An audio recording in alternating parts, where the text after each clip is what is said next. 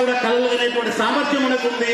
కాబట్టి రజని లాంటి వాళ్ళు, తనకు సహాయం చేసే ఫ్రెండ్స్, తనతో పాటు ఉన్నటువంటి టీం అంతా కూడా ఇంత చక్కటి కార్యక్రమం ఇంత గొప్పగా చేసి నువ్వు వీళ్ళందరికీ కూడా ఆదర్శంగా నిలిచావు తల్లి. మాలాంటి అందరి యొక్క ఆశీస్సులు నీకు ఉంటాయి. Sky is the limit. Please go head and all the best. Thank you so much అండి. చాలా చక్కగా చెప్పారు రజని గారి గురించి. ఎంత చెప్పినా తక్కువనే అనుకుంటాను నేను. ఒకసారి మీరందరూ కూడా ఒకసారి గట్టిగా చప్పట్లు కొట్టాలి. 4 రకాలు కొట్టుకుందాం. ఏదో చెప్తాను, ఒకసారి గట్టి చప్పట్లు, అందరూ గట్టి చప్పట్లు.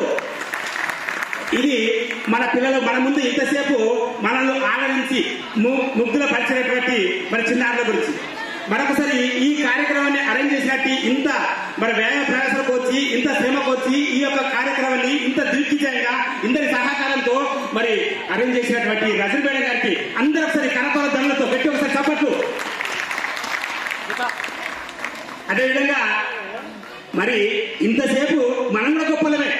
ఇంతసేపు చూసిన లేదా మరి మనకు మనం కూడా కొట్టుకోవాలి కదా. ఒకసారి మనకు మనం గట్టి చప్పట్లు. రైట్. మరి నిజంగా రజని మేడం గారికి నా పేరు వాస్తవంగా ముందు నేను పరిచయం చేసుకోవాలి. నా పేరు మాక కుమార్. నేను స్కూల్ ప్రిన్సిపాల్ను, రాజన్న సిరిసిల్ల జిల్లా. మా లక్ష్మయ్య సారును తర్వాత మా జగదీష్ సారు ఇన్వైట్ చేస్తే మరి ఈరోజు మన ప్రోగ్రామ్ ఉంది. మరి తమ్ముడు మనం వెళ్తామంటే మరి ఎందుకంటే తప్పనిసరిగా మనం అది చేయాలి, చూడాలని చెప్పి అనుకున్నాం. నిజంగా మానవ సేవయే మాధవ సేవ. గొప్పడు. ఎందుకంటే దేవుడు ఎక్కడ లేడు, మనిషి రూపంలో ఉంటాడు.